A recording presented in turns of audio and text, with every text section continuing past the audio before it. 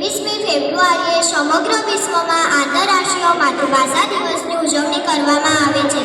તેનો હેતુ વિશ્વભરના લોકોમાં તેમની ભાષા અને સંસ્કૃતિની વિવિધતા વિશે જાગૃતિ ફેલાવવાનો છે, જેથી કરીને વિશ્વમાં બહુભાષિતાને પ્રોત્સાહન મળી શકે. માતૃભાષા એટલે બાળકને મા દ્વારા વારસામાં મળેલી ભાષા. ઘરમાં જે ભાષા બોલાતી હોય છે તે જ બાળકની માતૃભાષા હોય છે. સરદાર વલ્લભભાઈ પટેલ કહેતા હતા, અંગ્રેજી તો સારું છે પણ ગુજરાતી તો મારું છે.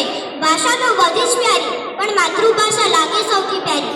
આપણી આ માતૃભાષાની મીઠાશ તો જુઓ, ખારા નમકને પણ મીઠું કહીએ છીએ.